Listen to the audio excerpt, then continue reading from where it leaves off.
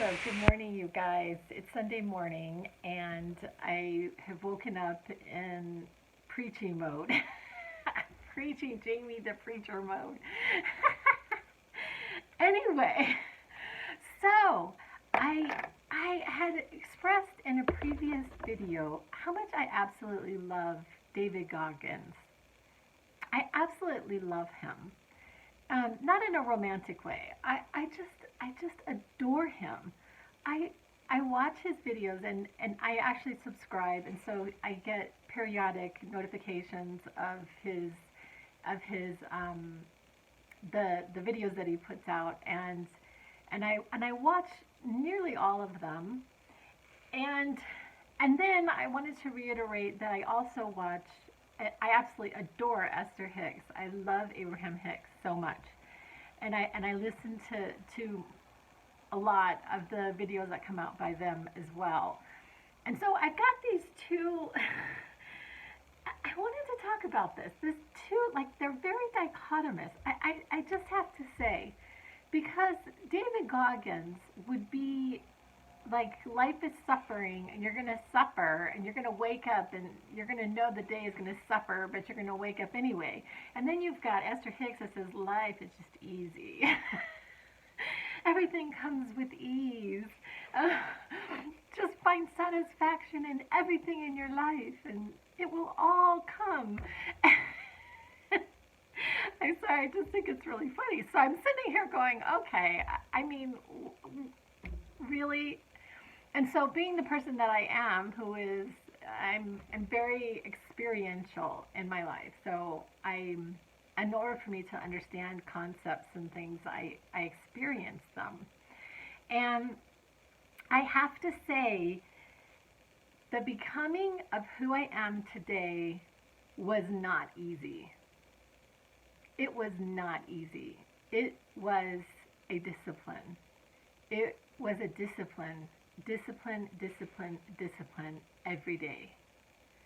It's about the choices that I make every day to be the best that I can be, wanting to be, desiring to, wanting to even better myself more, just be better, better, better person in every aspect of my life.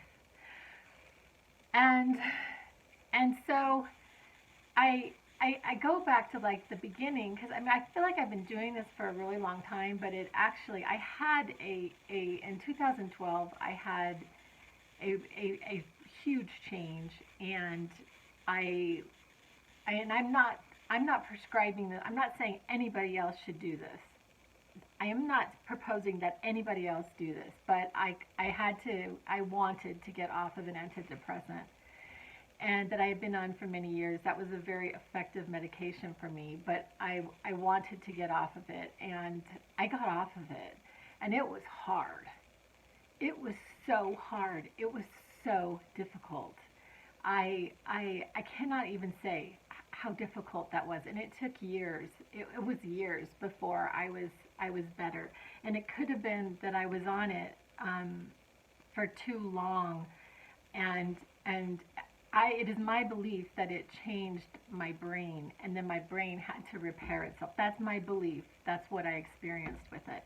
And then my change of habits with my eating, like, I eat, and and as I was thinking about this YouTube that I was going to do, I was thinking about how at Easter I absolutely love those Cadbury hard-shelled Easter eggs, and I loved them. In fact, I used to, like, I would eat a half a bag in a day.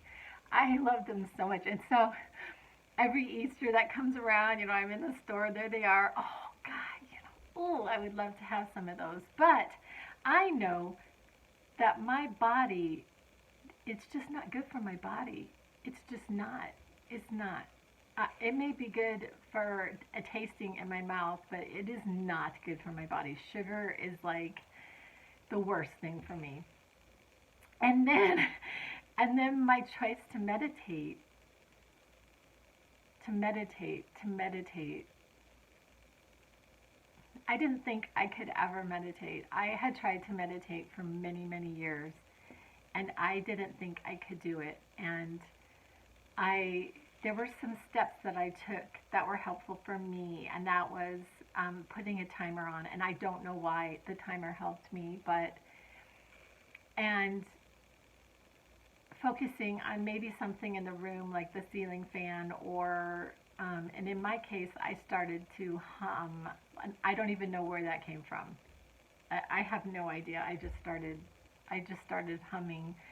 And now, when I'm doing this, I'm actually like perceiving myself, the vibration going out. Like, so when I'm humming, like the vibration is going out, like love is exiting from me, and I'm and and then when I'm breathing in, it's coming at me, like the molecules of love, and so I'm breathing it out, and I actually visualize people in my meditation that I am sending love to. I visualize them, and I this sounds really weird, but I hum I hum love at them. Anyway, so and then my general how I want to treat people, and this is a really, really big one, is my discipline with letting people go out of my life who want to not be in my life. Even though I love them. Like my last husband, I not that I didn't love my other husbands. I loved I just love. It's sort of what I do. It's sort of a state of being, and so like people come along and it's like, "Oh, I love you. Oh, I love you. Oh." Anyway, but when I come into a romantic relationship with somebody, I definitely have a different emphasis on them that I don't on other people. Like I'm a very, very exclusive person in that way. Like I love them, and in loving them, I'm not gonna be, giving that type of affection to other men. I'm just not gonna do it. So, but once I get this idea, or the way that I am in the relationship, like the way that I am feeling, the way, like it's like we're speaking different love languages. Like, and what I notice is if I share anything about that, like that doesn't feel good to me. Like what they did in that moment did not feel good to me, or what they're not doing in that moment does not feel good. If I share anything like that, I find that I don't know, they're so uncomfortable. They're just so uncomfortable. And so I have a big I just let them go. I let them go, or, if they want to go, then go. I'm not going to hold on to anyone who doesn't want to be with me, and I don't know what's going to happen. I mean, I'm hopeful that somebody will come into my life and enjoy my company and want to stay. That would be super nice. Sort of like being on the same page would be, our life goals. I don't know what it is, but anyway, I wanted to get to this idea of the narrow gate, because I talked about it in videos a little bit, and getting on my preachy side having to do with Jesus. And so what Jesus said, I'm going to quote my Bible here. It says, "Enter the narrow gate. The gate is wide that leads to perdition. There is plenty of room on the road, and many go that way. But the gate that leads to life is small, and the road is narrow, and those who find it are few."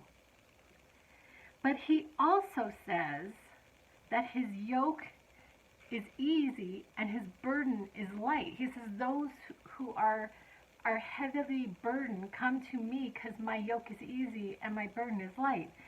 And so, what I can say with my life, because I mean, the other aspect that has been really, really challenging for me in going through what I perceive to be the narrow gate. I am through the narrow gate. I live in walking what I perceive to be walking the walk.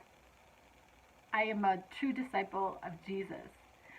And so, in walking the way he had taught me to walk, I have lost so many people.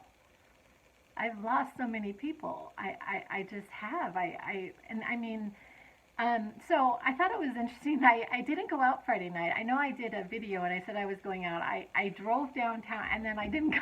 I went home. I was really tired. So I went home, but part of my not wanting to go out is just seeing people. Just seeing people that I perceive, that they perceive that, oh, there she is, that crazy person. And being like thought by my community as crazy, as nuts, she's this, she's that, whatever. And also knowing most people are really not even thinking about us at all, But anyway, the nuts and bolts of what I'm trying to say is that it is not, I don't believe it is necessarily an easy path, but I have found incredible joy in it. Joy in the act of everything that I'm doing. Joy in the act and what these sacrifices did for my body and how much better that I felt when I implemented these steps and the change in my life has been like amazing. It's just been amazing. And so I'm just going to stay on this path. But people have to really want it. Like that's one of the things that I've noticed is that my friend, oh, I'd like to lose weight, but they don't do anything to lose weight. I'd like to do this, I'd like to do that, blah blah blah, and there's no nothing to make it happen. You have to want it enough to do things to change your life. Even if it's like what Esther Hicks would say, as meditate and get in alignment with that which creates worlds. Anyway, I'm gonna go. I love you guys. Happy Sunday morning.